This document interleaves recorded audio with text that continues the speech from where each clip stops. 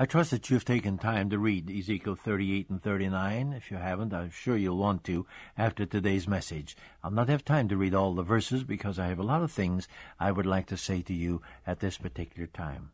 Now, immediately after the rapture, a person known as the Antichrist, a great ruler who has united at that time the great Western nations, will emerge. And he will make an attempt to settle what we call the Israeli-Arab dispute of our day. And this he will do by making a 7-year covenant with Israel to be their protector during that time and guaranteeing them their right to occupy the land. Of course, this will be beneficial to them, and I'm sure that they will appreciate this. Israel, therefore, having reasons to fear, first of all, of course, the Arabs, but especially the great power of the north. So a covenant like this will be something very, very much welcomed by them. But they will still be totally indifferent to their need of God and a total dependence upon Him. But God will shake them also out of their indifference. All of this we see in these chapters. So God announces a great company of invaders coming from the north. This is found in chapter 38, the first part of it. We find the identification of these nations are clearly set forth, Gog and Magog, and again I will not take time to discuss it with you in detail, but this refers to Russia and her many satellites, her allies, such as Persia, which is also Iran and Ethiopia, and Libya and Gomar, which speaks of the eastern portions of Germany, and Togarmah, which speaks of Turkey, and so on. And then he says many other nations which are not mentioned here.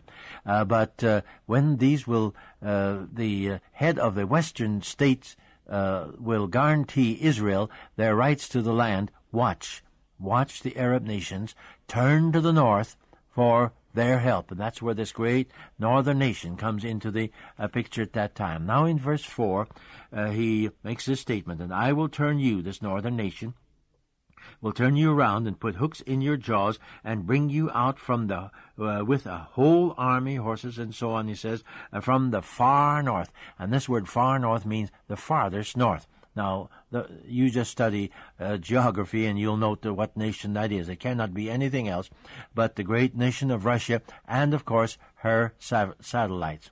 Now, God intends to work this out. Remember, He is sovereign. And by the way, the sovereign God speaks. That particular phrase is used, I think it's 9 or 10 times in these 2 chapters. The sovereign God speaks.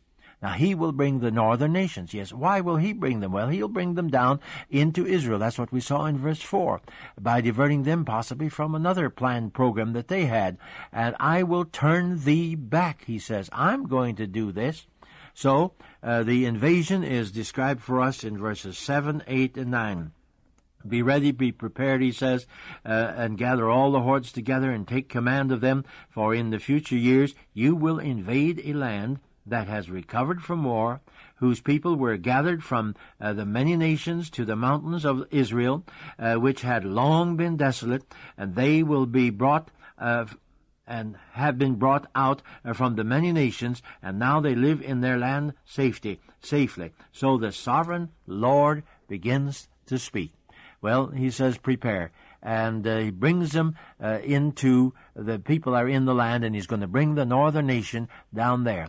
Now, in the latter, when he says the latter years, this means, when used in connection with Israel, without exception, refers to the tribulation period. And the place of the invasion is very clearly set forth also in verse 8, when he says, in the land, that is, upon the mountains of Israel, unto a people which have been brought back from the nations, plural, not just from Babylon, but from all the nations. God knows where they are. We do not know, but God knows, and He's going to bring them back. We've discussed this with you.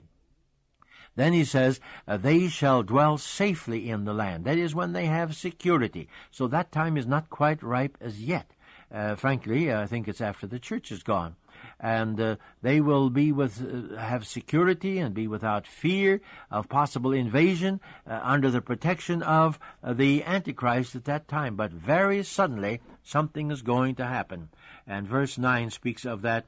He says, suddenly, like a storm, massive armies, they will come upon the land, and they will cover it like a cloud. Well, that is very modern language, possibly airplanes and what have you. They will come into the land in that manner. Well, the purpose and the desired objective of the enemy is referred to in verses 10 and 11. But he says that this is what the sovereign Lord says. You're going to be coming into the land, and he says, I will attack them, and I will plunder, and I will loot, and turn my hand against the unsettled ruins, and the people gathered from all the nations. I'm coming in there to take a loot, in other words, to plunder. Israel, no doubt, in returning, will bring great wealth with them.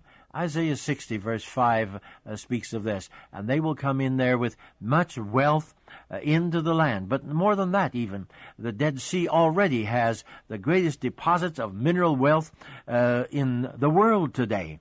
And these are just some of the things that the northern nation's going to come down there to plunder.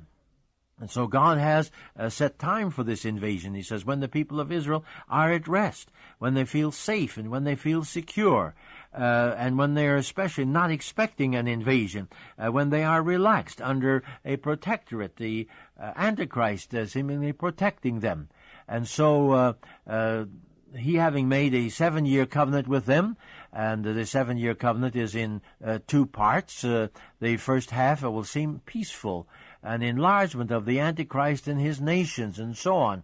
Now the last half, we say all hell will turn loose. Well, so that during this first half meets the requirement of the prophecy that he is now talking about when he shall bring the northern nation down into the land to capture them or to fight against them. Therefore, this invasion and great war is after the church is gone, I believe, and before the middle of the tribulation. It fits into that first half of the tribulation period.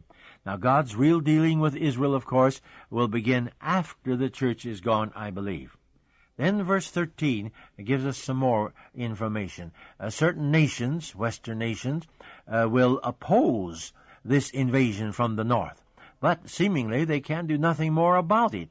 Verse 13 makes this statement there, that the nations of the nations will oppose them and will say, have you come to plunder?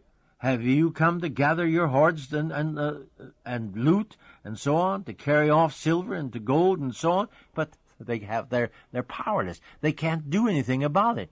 The present movements are revealing the nearness of this particular time. The United Nations will simply, in that case, throw up their hands and say, well, what can we do?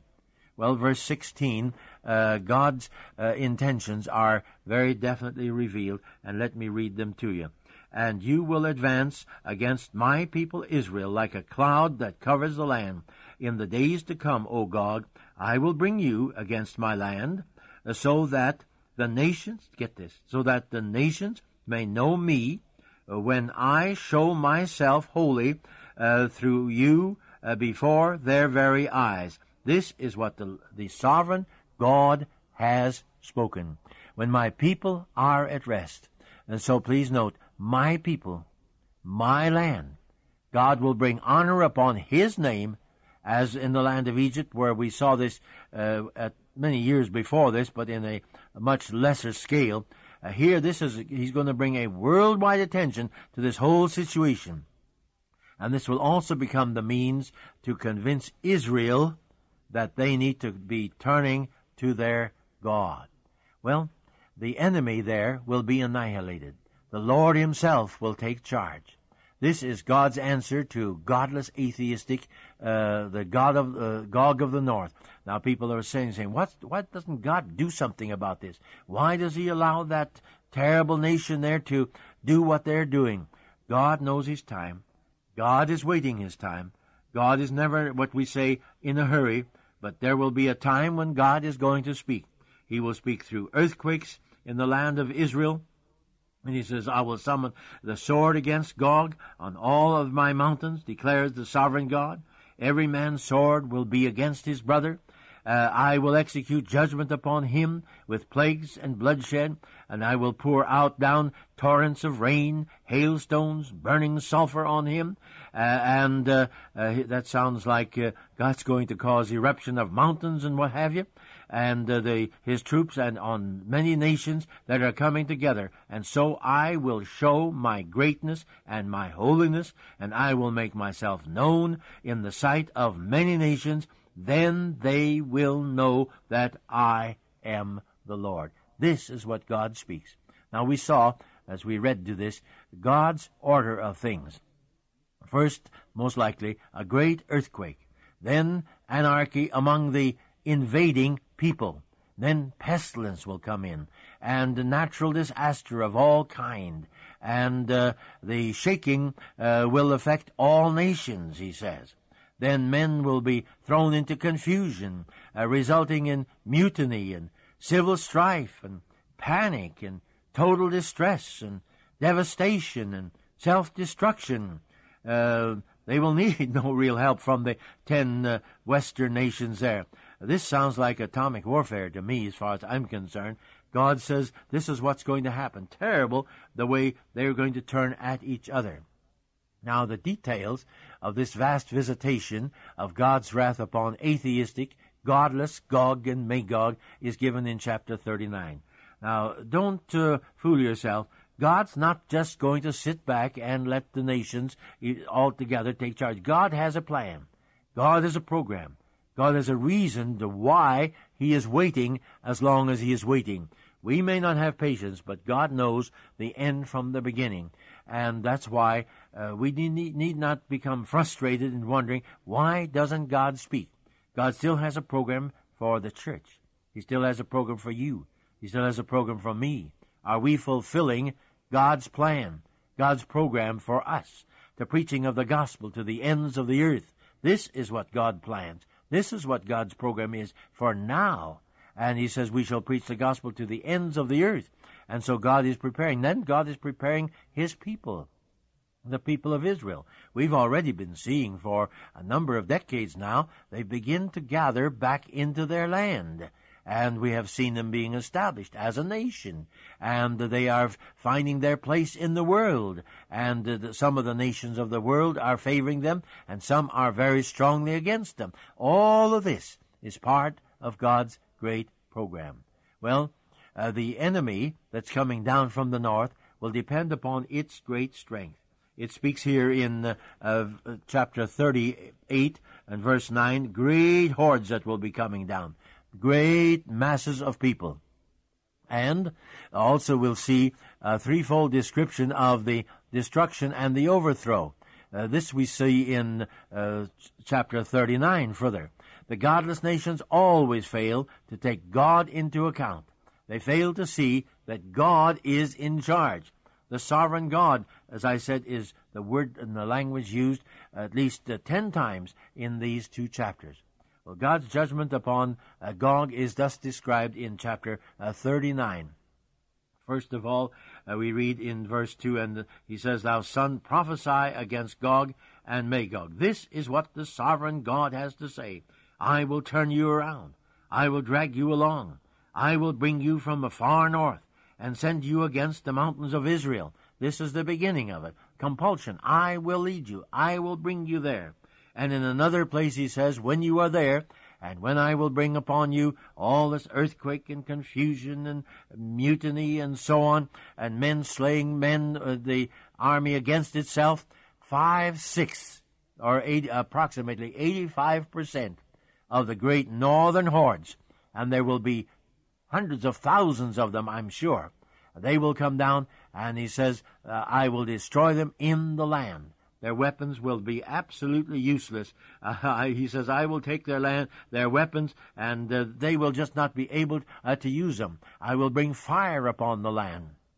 This, no doubt, again speaks of the Adam-type warfare at that time. And he says, I'll bring upon the homeland. It could be, as I said, atomic weapons used for retaliation. And not only that, God will also then go and destroy, not only in Israel, 85% of the armies from the north, but he will also cause to rain upon the homeland of the north, great, no doubt, atomic weapon and power, and destroy great hordes and countries of the north. This is further explained in other portions of the Scripture. And so there will be buried in the land of Israel 5/6 of the great army of the north that's coming. The sudden and total collapse of the northern Gog and Magog will leave the door wide open for the rulers of the 10 nations, that is, the Antichrist, to take over and claim world dictatorship and to declare himself the God of the world. This is going to be the Antichrist. This will, I no doubt, take care during the second half of the tribulation period. Revelation 13 speaks of that. We don't find that here in the book of Ezekiel spoken of here.